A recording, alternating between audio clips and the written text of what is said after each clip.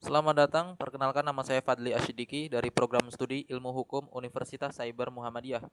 Judul presentasi kita hari ini adalah Filsafat Ilmu versus Algoritma, Kompas Etika di Tengah Banjir Informasi. Kenapa judulnya seberat ini? Karena kita sedang berada di titik persimpangan yang sangat krusial dalam sejarah peradaban manusia. Di satu sisi, ada algoritma.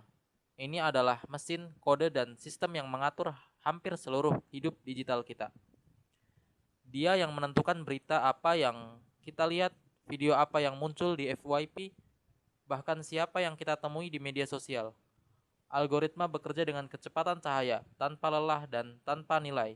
Tugasnya satu, efisiensi dan engagement. Di sisi lain, ada filsafat ilmu. Ini adalah disiplin ilmu yang sudah berumur ribuan tahun. Tugasnya bukan untuk mencari jawaban cepat, tapi untuk bertanya.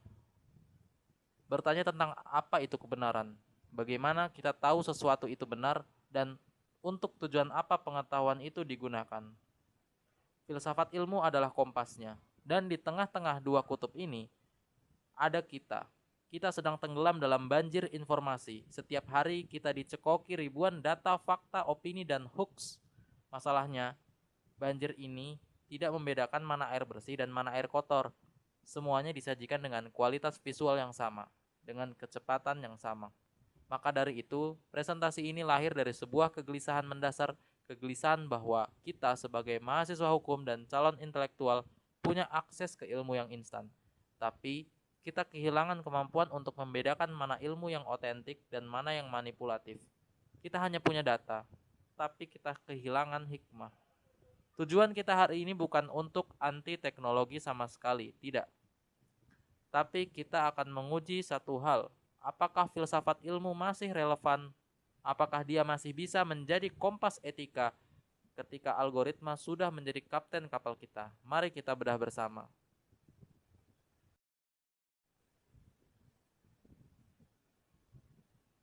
Assalamualaikum warahmatullahi wabarakatuh. Selamat datang dalam pemaparan materi filsafat ilmu. Seperti yang saya sampaikan di awal presentasi, presentasi ini lahir dari kegelisahan. Kegelisahan terhadap era di mana akses terhadap ilmu menjadi sangat instan. Dulu untuk mencari satu referensi hukum kita harus ke perpustakaan membuka puluhan buku. Sekarang cukup ketik di Google atau tanya ChatGPT. Jawabannya langsung keluar dalam hitungan detik. Ini adalah berkah teknologi yang sangat luar biasa. Tapi ada sisi gelapnya. Sisi gelapnya itu adalah ilmu yang instan juga rentan terhadap manipulasi. Perhatikan perhatikan kutipan penting di slide ini. Teknologi bisa menghasilkan fakta dan kebohongan dengan kualitas yang sama. Ini adalah kalimat yang sangat berbahaya. Dulu, kita bisa membedakan hoax dengan mudah. Hoax tampilannya jelek, bahasanya kasar, sumbernya tidak jelas. Tapi sekarang lihat, deepfake. Video seorang pejabat bisa dibuat seolah-olah dia sedang berpidato menghina agama.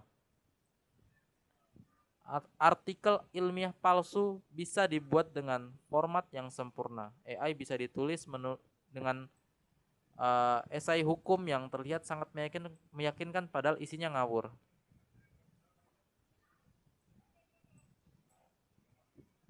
Dari sisi tampilan, fakta dan kebohongan sekarang punya kualitas produksi yang identik. Mata kita, telinga kita, bahkan nalar awam kita bisa tertipu. Maka pertanyaannya adalah, jika panca indera dan teknologi kita tidak bisa lagi dipercaya untuk membedakan, lalu apa yang bisa? Jawabannya adalah akal budi yang terlatih secara filosofis. Kita harus menguji relevansi filsafat sebagai instrumen pembeda. Filsafat ilmu adalah satu-satunya disiplin yang secara khusus melatih kita untuk tidak langsung percaya. Ia melatih kita untuk bertanya. Tunggu dulu, dari mana sumbernya? Apa metodenya?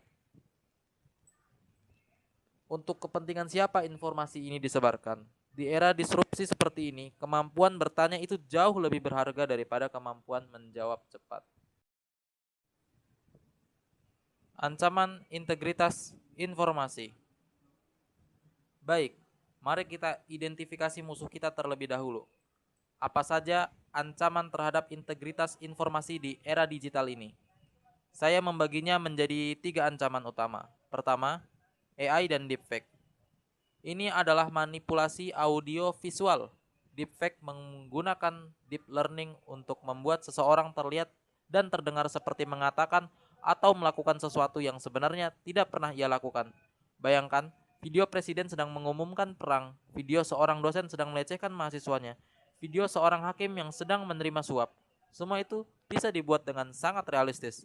Ancaman di sini adalah ia mengaburkan batas antara yang asli dan yang palsu. Ketika video sudah tidak bisa lagi dijadikan bukti, maka fondasi hukum pembuktian kita runtuh. Kedua, hoax dan viralitas. Ini adalah penyebaran informasi palsu. Algoritma media sosial dirancang untuk mempromosikan konten yang viral, bukan konten yang benar. Dan ironisnya, kebohongan menyebar 6 kali lebih cepat daripada kebenaran di media sosial. Menurut riset dari MIT, kenapa? Karena hoax biasanya memicu emosi, marah, takut, terkejut, sementara klarifikasi fakta itu membosankan. Maka saat kita masih sibuk memverifikasi, hoax sudah terlanjur dibaca oleh 1 juta orang. Ketiga, manipulasi data melalui echo chamber.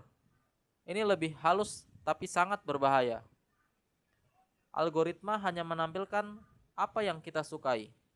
Jika Anda suka konten A, maka Anda akan terus dicekoki konten A. Anda tidak akan pernah melihat konten B. Lama-lama, Anda hidup di dalam gelembung gema atau echo chamber.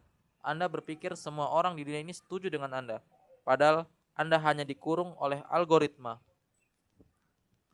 Ini adalah bentuk manipulasi paling halus karena ia membuat kita merasa bebas.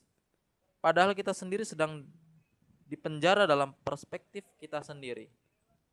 Ketiga, ancaman ini adalah realitas kita hari ini dan melawan ketiganya hanya dengan literasi digital. Dengan literasi digital saja sebenarnya tidak cukup. Kita butuh fondasi yang lebih dalam.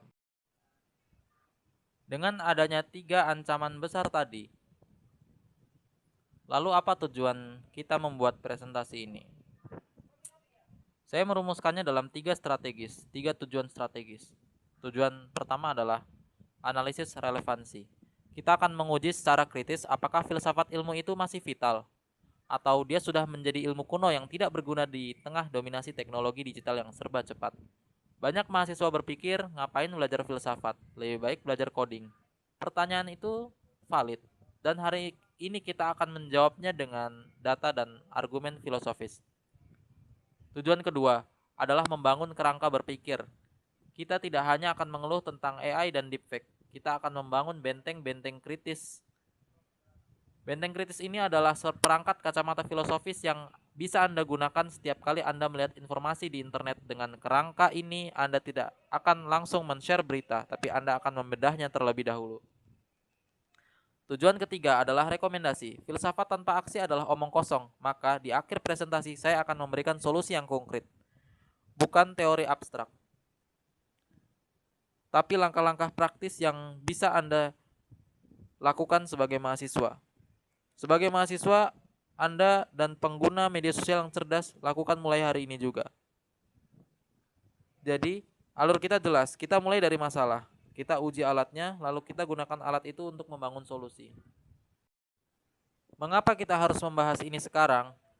Mengapa 2026 menjadi tahun yang penting? Jawabannya adalah karena kita hidup di era yang disebut post-truth atau pasca kebenaran. Istilah ini bahkan dinobatkan sebagai Word of the Year oleh Oxford Dictionary beberapa tahun yang lalu. Apa artinya? Post-truth adalah kondisi di mana opini pribadi dan emosi lebih berpengaruh dalam membentuk opini publik daripada fakta objektif. Coba lihat perdebatan di Twitter ataupun TikTok. Yang menang bukan yang paling benar datanya, tapi orang yang paling lantang emosinya. Yang viral bukan penjelasan hukum yang detail, tapi video 15 detik yang memancing kemarahan. Disinilah filsafat ilmu masuk. Filsafat ilmu adalah disiplin yang secara khusus bertanya tentang 2 hal, validitas dan batas ilmu. Validitas artinya, apakah pengetahuan ini sah dan bisa dipertanggungjawabkan? Batas artinya, sampai di mana ilmu ini boleh digunakan. Tanpa landasan filsafat ilmu, Teknologi akan menjadi pedang bermata dua. Di satu sisi, ia bisa menyebarkan pendidikan ke pelosok desa. Tapi di sisi lain, ia bisa digunakan untuk menghancurkan kepercayaan publik dalam semalam melalui deepfake tanpa kompas etika. Kecepatan algoritma justru akan membuat kita terasa lebih cepat, tersesat lebih cepat. Maksud saya ya. Tanpa kompas etika, kecepatan algoritma justru akan membuat kita tersesat lebih cepat. Maka tahun 2026 kita sebut sebagai The Age of Emotion dan satu-satu penawarnya adalah logika dan etika dari filsafat ilmu. Oke, kita masuk ke inti. Apa sih sebenarnya fondasi dari filsafat ilmu itu? Semua ilmuwan harus memahami tiga pilar ini. Ini adalah tiga pertanyaan sakral dalam ilmu pengetahuan. Pilar pertama adalah ontologi. Ontologi bertanya, apa yang dikaji dan apa hakikat realitas yang kita teliti? Misalnya, seorang ahli hukum bertanya, apa sebenarnya hakikat dari keadilan itu? Seorang ilmuwan data bertanya, apa hakikat dari data itu? Apakah data itu netral? Tanpa ontologi, kita akan meneliti sesuatu tanpa tahu sebenarnya apa yang sedang kita pegang. Pilar kedua adalah epistemologi. Ini adalah yang paling penting di era hoax. Epistemologi bertanya, bagaimana cara kita mengetahui atau bagaimana kita memvalidasi sebuah kebenaran pada sebuah data. Jika seseorang bilang vaksin itu berbahaya, epistemologi memaksa kita bertanya, dari mana Anda tahu? Apa metodologi penelitiannya? Dan apakah sampelnya valid? Apakah sudah di peer review? Epistemologi adalah vaksin kita melawan informasi yang ngawur. Pilar ketiga adalah aksiologi. Ini adalah jantungnya etika. Aksiologi bertanya, untuk apa ilmu itu digunakan dan apa nilai etikanya. Ilmuwan bisa membuat bom atom, itu fakta. Tapi apakah etis untuk menggunakannya? Seorang programmer bisa membuat algoritma yang membuat orang kecanduan judi online. Itu mungkin. Tapi apakah itu etis? Aksiologi adalah remnya. Dia memastikan ilmu tidak melampaui batas kemanusiaan. Ketiga pilar ini adalah fondasi yang harus dimiliki setiap orang yang mengaku sebagai insan akademis. Fungsi strategis filsafat.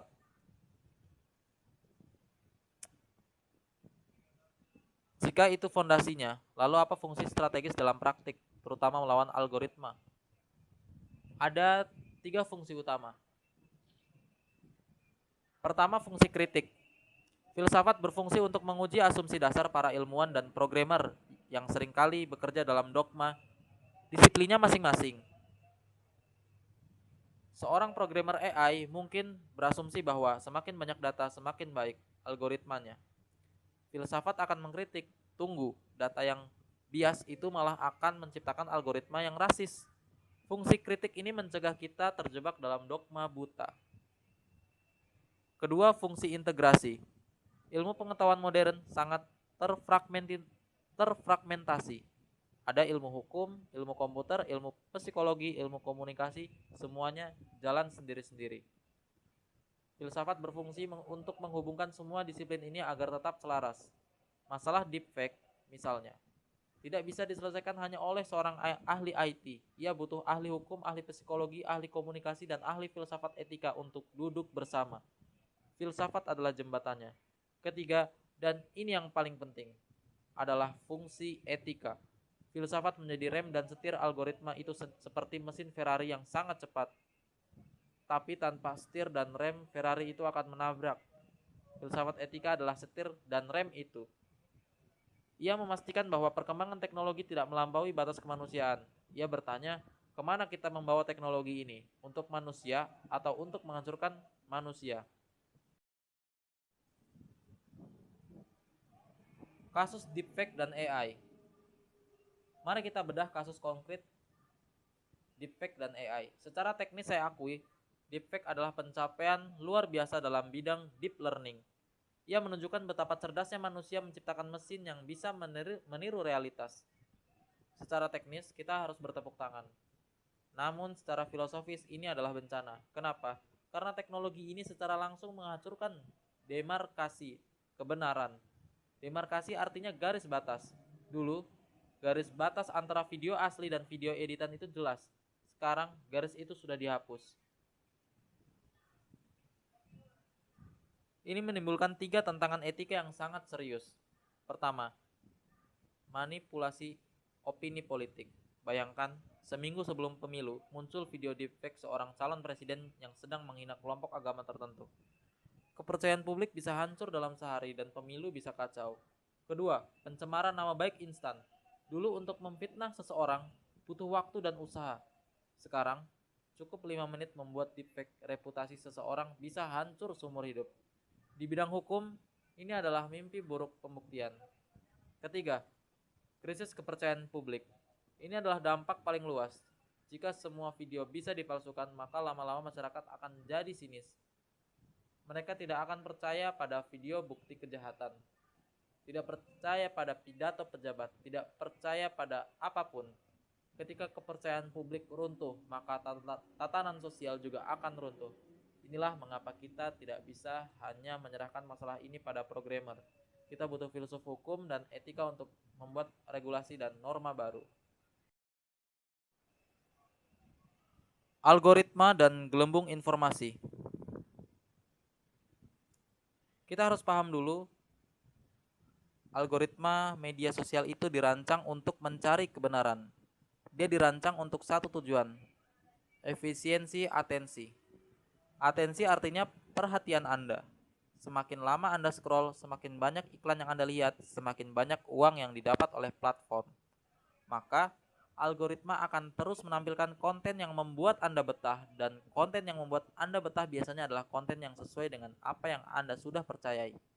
Inilah yang menciptakan echo chambers atau gelembung gema. Dampaknya sangat serius. Pertama, terjadi polarisasi masyarakat yang akut. Kelompok A hanya melihat berita yang menjelek-jelekan kelompok B.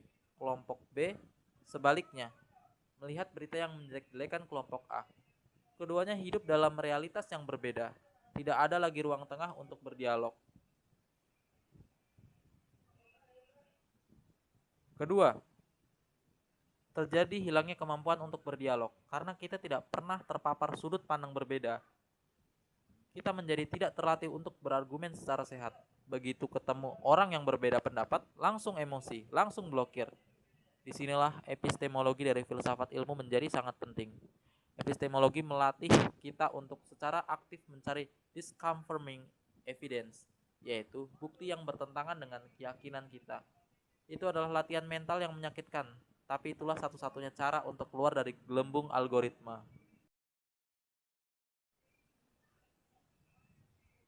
Perspektif ahli Karl Popper. Sebuah teori hanya ilmiah jika ia berpotensi untuk dibuktikan salah. Kita masuk ke slide yang sangat krusial. Untuk melawan banjir hoax, kita butuh senjata dari para filsuf. Salah satu yang paling tajam adalah milik Karl Popper, seorang filsuf ilmu di abad 20. Prinsip utamanya adalah falsifikasi. Dengar baik-baik. Sebuah teori hanyalah ilmiah jika ia berpotensi untuk dibuktikan salah. Ini kebalikan dari cara berpikir kebanyakan orang. Kebanyakan orang berpikir saya akan mencari bukti untuk membenarkan pendapat saya. Popper bilang, salah ilmuwan sejati mencari bukti untuk membantah pendapatnya sendiri.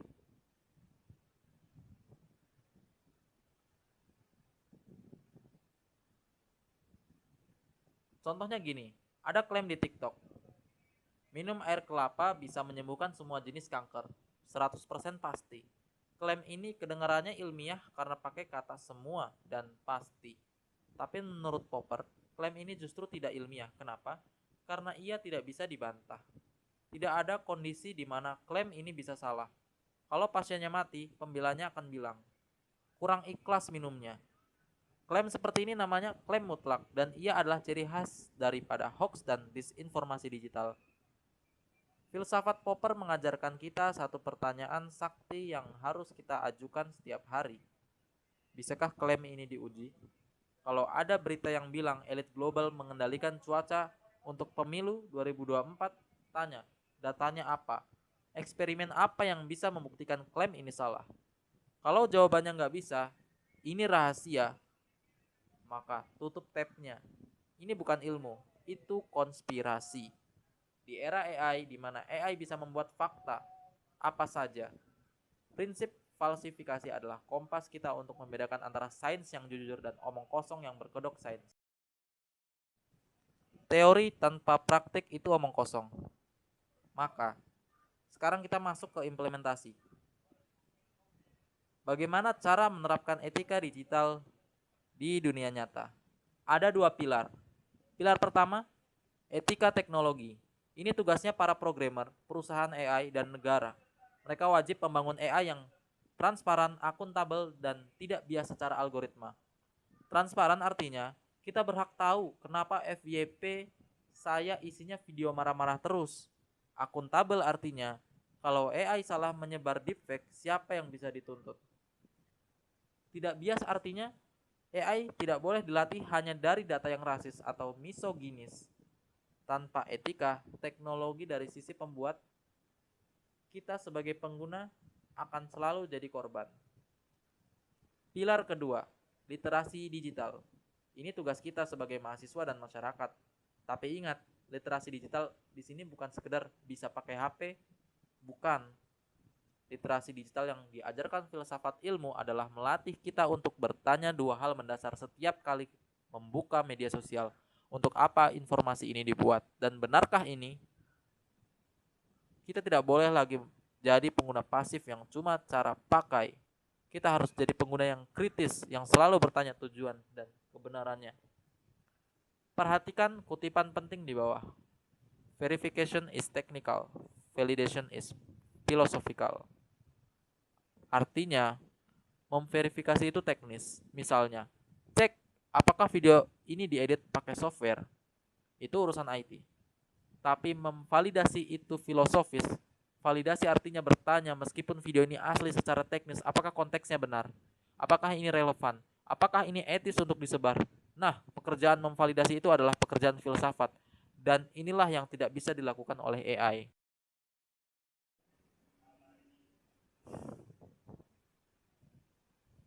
Slide ini adalah inti dari seluruh presentasi saya. Lihat grafik ini baik-baik. Ini adalah potret krisis kita hari ini. Kemajuan teknis kita ada di 95%. Ya, kita gila-gilaan cepatnya. AI bisa nulis, bisa bikin gambar, bisa bikin video dalam 10 detik. Kecepatan dan kemasifannya sangat luar biasa. Tapi lihat, landasan etika kita cuma 30%. Kita sedang mengalami krisis arah. Kita bisa membuat teknologi, tapi kita tidak tahu untuk apa dan mau dibawa kemana. Kita bikin algoritma yang bikin nagih, tapi kita lupa bikin algoritma yang bikin waras. Akibatnya, keamanan informasi kita cuma 45%. Kita sangat rentan manipulasi. Kita punya senjata nuklir teknologi, tapi moral kita masih seperti anak kecil. Maka kesimpulannya ada di kotak hijau bawah. Ilmu yang berlandaskan filsafat akan melahirkan kemajuan beradab. Beradab artinya maju, tapi manusiawinya tetap terjaga. Sebaliknya, ilmu tanpa filsafat akan melahirkan kemajuan buta. Buta artinya maju, tapi nabrak-nabrak, menghancurkan etika, privasi, dan kemanusiaan. Kita tidak butuh lebih banyak teknologi, kita butuh lebih banyak kebijaksanaan untuk mengarahkan teknologi, dan kebijaksanaan itu hanya datang dari filsafat ilmu. Setelah kita membahas dari ancaman deepfake sampai grafik krisis etika, mari kita tarik benang merahnya. Apa kesimpulannya? Kesimpulannya adalah filsafat ilmu semakin relevan di era digital. Ia bukan ilmu kuno yang bisa kita buang. Justru sebaliknya, ia menjadi semakin vital. Filsafat ilmu punya dua peran utama di era ini. Peran pertama adalah instrumen epistemologi. Epistemologi itu ilmu tentang cara mengetahui. Jadi filsafat ilmu adalah alat bedah kita, alat untuk membedah, mengiris, dan menguji sebuah klaim kebenaran. Ketika algoritma menyuapi kita 1000 berita per hari, filsafat ilmu adalah pisau bedah yang kita gunakan untuk memilah mana yang daging, mana yang tulang. Peran kedua, ia adalah kompas aksiologi. Aksiologi itu ilmu tentang nilai dan etika. Jadi filsafat ilmu adalah kompas kita Kompas agar kita tidak tersesat, agar kita tidak menjadi budak dari teknologi ciptaan kita sendiri. Ironis sekali kalau manusia, makhluk yang menciptakan AI, malah dikendalikan oleh AI. Filsafat ilmu ada di sini untuk memastikan bahwa kita, manusia, tetap menjadi tuan, bahwa teknologi tetap menjadi alat, bukan menjadi majikan. Jadi jawabannya, atas pertanyaan di awal, masih relevankah filsafat ilmu? Jawabannya lebih relevan dari sebelumnya. Teori harus ditutup dengan aksi. Maka dari itu, saya akan menutup presentasi ini dengan 3 rekomendasi konkret. Rekomendasi pertama untuk kampus. Integrasi etika digital dalam kurikulum. Jadi, mata kuliah filsafat ilmu harus menjadi mata kuliah wajib lintas prodi. Bukan hanya untuk anak filsafat, anak hukum, anak teknik, anak kedokteran, semuanya wajib. Karena semua profesi sekarang bersentuhan dengan data dan AI. Rekomendasi kedua untuk kita sebagai mahasiswa. Budayakan skeptisisme metodologis. Skeptis di sini bukan berarti di sini kita berarti sinis atau tidak percaya apa-apa. Skeptisisme metodologis artinya punya kebiasaan untuk selalu bertanya, bagaimana cara kamu tahu sebelum Anda share, like, ataupun komen. Jadikan itu sebuah kebiasaan. Rekomendasi ketiga untuk para pengembang AI, terapkan transparansi etis. Para programmer harus membuka dapur algoritmanya, menjelaskan data apa yang dipakai, bias apa yang mungkin muncul, dan untuk tujuan apa AI itu dibuat. Tanpa transparansi, kita tidak akan pernah bisa percaya pada teknologi. Baik, itu seluruh pemaparan saya. Terima kasih banyak atas perhatian Anda. Saya Fadli Sidiki dari Program Studi Ilmu Hukum Universitas Cyber Muhammadiyah menyampaikan permohonan maaf apabila ada kekurangan. Saya akhiri, wabillahi taufik wal hidayah. Wassalamualaikum warahmatullahi wabarakatuh.